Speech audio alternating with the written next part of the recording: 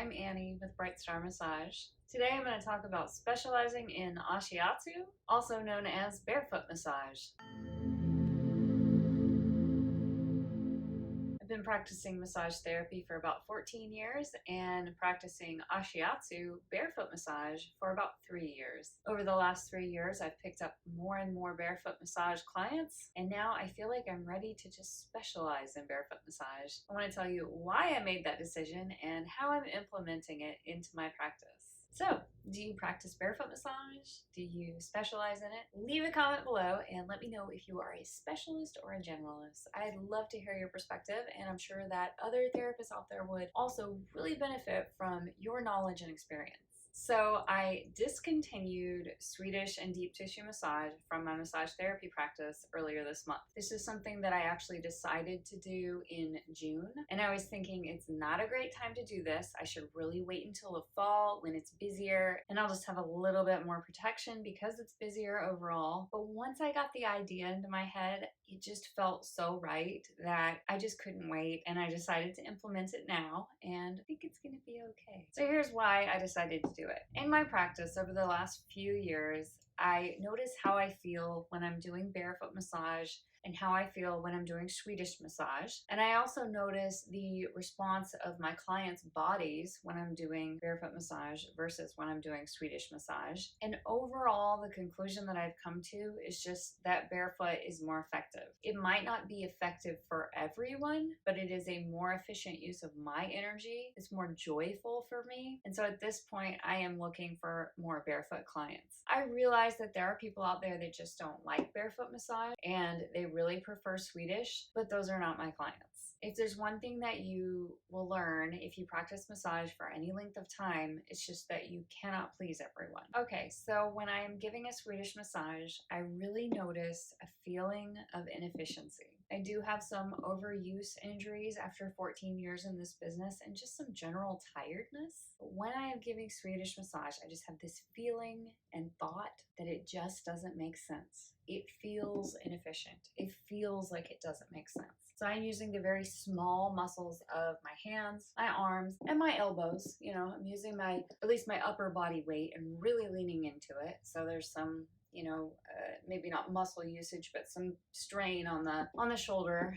And I'm doing my best to use my body properly, but it's just so obvious that using the small muscles of my upper body to massage someone else's entire body and the very large muscles of their posterior chain is just absurd.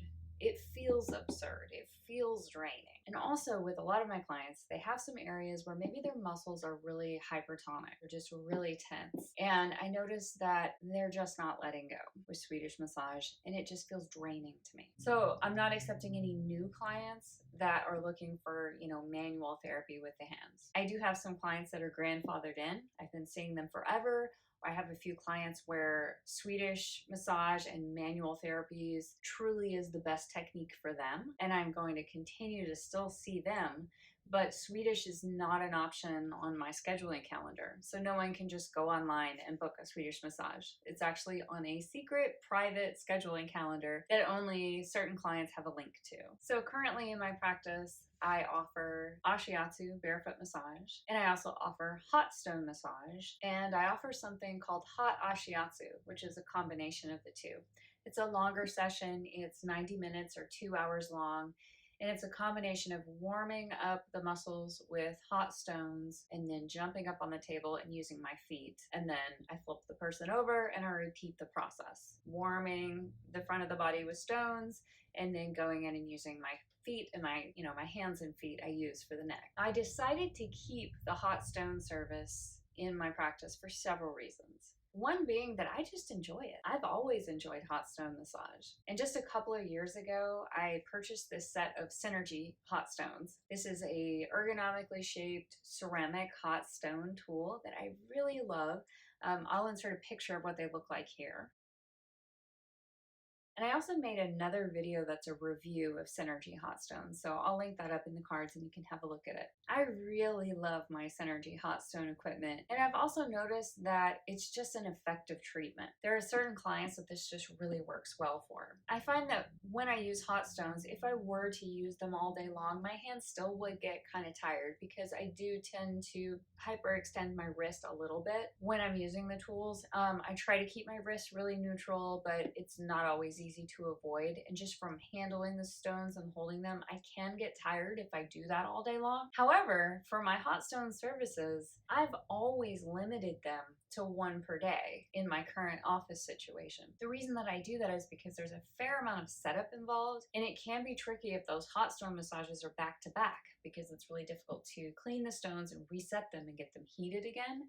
And so my really easy solution is just limiting that service to 1 per day. Now, I do typically work 5 days a week, and sometimes I even work 6 days a week. So that means there's 5 or 6 opportunities for clients to get a hot stone massage, and that seems to be enough to satisfy everyone. The other reason I kept that hot stone service is because there are people that just don't like barefoot massage. They might be sort of freaked out about feet, or they're just not ever gonna try it. Maybe it's, it's difficult to try new things.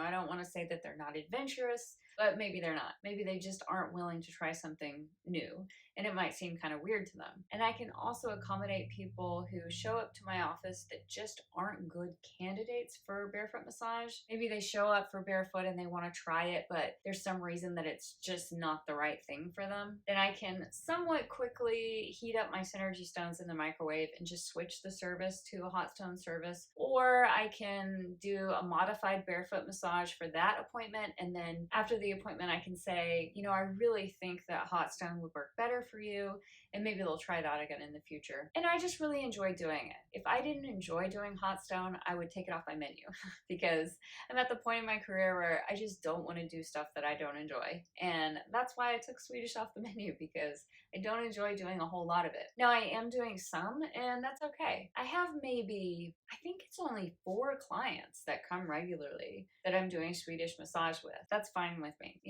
It's not more than I can handle. It's a good amount. For the last at least year or maybe year and a half, I have not been advertising Swedish massage at all. Anybody who finds me on Google, on Facebook, on Instagram, or any printed advertising material sees images of barefoot massage. And yet, I have so many new people coming to me and they're booking Swedish massage. Here's what I think is going on with that. I offer online scheduling and I don't require prepayment, so it is extremely easy for people to schedule with me. A lot of people find my website. It's called Bright Star Massage. It has the word massage in the title, and so they think, great, massage. And then they come to my website and they see like, wow, she does this really weird thing. There's all these images of her massaging with her feet, and maybe that's really unfamiliar. But then they also look on my service menu and they see Swedish massage. In all of my advertising, the only place that manual therapies show up is on my service menu where people see Swedish massage. And I think they wanted a massage, they don't know who I am, they found my website, it's easy to book, they're about to spend a whole bunch of money, and they just don't want to try something new. They just want a massage. They want what they're familiar with. And that's fine. I totally understand that. A lot of times when I really want a massage and I'm about to spend, $100 or more on a 90-minute massage, I do kind of want something predictable and familiar. I don't want to try some new experimental technique. So I can totally relate to that. After I made this decision that I really felt like I didn't want to do Swedish massage anymore, I looked at my records for the last 6 months to see who has come to see me in the last 6 months. Who's choosing Swedish massage, who's choosing Ashiatsu, who is a new client in the last 6 months, who's a returning client, and who's coming back, and what services are they coming back for. And what I noticed is that I've had a really healthy number of new clients in the new year, and that's great. That means that my social media outreach is working, and the very little that I spend on advertising is also working, so that's really awesome. High percentage of new people coming into my private practice this year. What I noticed was that a lot of the Swedish ones were just these kind of random people. They're like the kind of people that maybe come once a year on their birthday, or they're just passing through town. And I noticed that the new Swedish clients just sort of had that random feeling, and they weren't coming back for second appointments. months. But all of the new barefoot massage clients in the last 6 months were returning and becoming regulars. So I think in general, people use my booking service because it's easy to get in. I make the booking process very easy in not requiring credit cards to be held or not requiring prepayment. It's just really easy to get on my schedule. And so people are doing that. That's good. And I think that's why a lot of people, just get on and they choose Swedish massage. Now, the reason they don't come back, I don't think it's because I'm shitty at Swedish massage. I think I'm actually pretty good at it. But at this point in my career, I am kind of tired. So it could be that I have a subtle energy of like, I am not really into this, because sometimes I'm not, honestly. If it's like a really big dude, like 200 pounds, and I'm giving him a Swedish massage, I'm just thinking like, man, this is dumb. This doesn't make any sense. I could be up on the table using my feet and he would be getting a more effective service and I would be having more fun. So maybe there's some of that. I have picked up a few new Swedish clients. But anyway, the barefoot massage clients are the ones that are coming back. And there aren't a lot of barefoot massage practitioners in this town. And I just think it's a good opportunity for me to specialize. And I also think that professionals that specialize make more money, even if they don't charge more money. So looking back at all of my records from the last 6 months, I could really tell that I just wouldn't be inconveniencing anyone by taking it off the menu. There may be some guy I saw in January comes back and, I haven't heard from him in 7 months. And he comes on my site and he notices that there's no longer Swedish massage. And I have to make the decisions that are the best for me. I was feeling really sensitive about that and concerned that I was going to be letting a lot of people down or inconveniencing a lot of people. But when I went back and looked at the reality of it, it just wasn't true. There's just a handful of clients that prefer Swedish massage and come to see me on a regular basis, and I'm still accommodating them. And I also think that it's a really great compromise to offer hot stone massage. The way that I've always done it with the Synergy hot stones is, doing the compressive warm strokes to sort of melt away the muscle tension with, just the broad compressive stuff. But the way that the Synergy hot stones are designed is that they're designed to be used as tools. So you can use the edges of them to get more specific. And also the way that I've always done hot stone massage is also with a little bit of hands and elbows in there too, the same time. And I just found that to be very effective for my clients. So I feel like anybody who doesn't like barefoot massage can really find an effective treatment and find what they're looking for in my hot stone service. And I'm just really excited because I'm going to be finding the clients that are really drawn to me because I love barefoot massage. And something I've noticed is that when professionals specialize in a specific area, they make more money than people that generalize, even if they don't charge more for their specialty. And I don't charge more. I charge $75 an hour. There are people in my area that charge $80 or $90 an hour. I don't charge more for barefoot than I do for hot stone or than I used to charge for Swedish. But I still think that when you specialize in a specific technique, it's just perceived differently by the public. I want to do barefoot all the time. I want to practice it. I want to get better at it.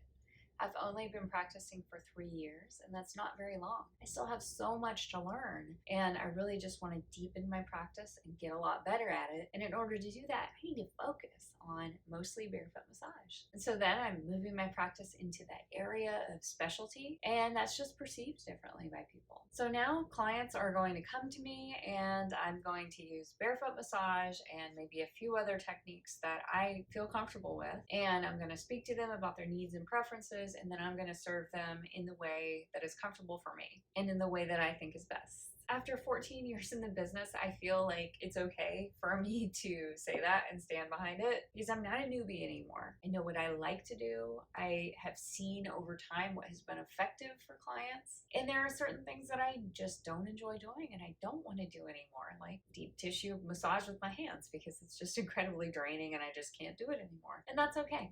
So I'm excited. I'm really excited about this. And my schedule for this next coming week is super full and it's all barefoot massage. And that's really exciting. So I'm going to be brushing up on a lot of the barefoot massage video material I have just because I'm really excited about it. I like to review the techniques that I have from different classes, and I do have some footage that is in video format that I can easily just like look at the video and get a reminder of some of the different flows and the different techniques and really think about what I want my barefoot massage service to look like. So Do you practice barefoot massage? Do you specialize in it? Leave a comment below and let me know if you are a specialist or a generalist. I'd love to hear your perspective, and I'm sure that other therapists out there would also really benefit from your knowledge and experience.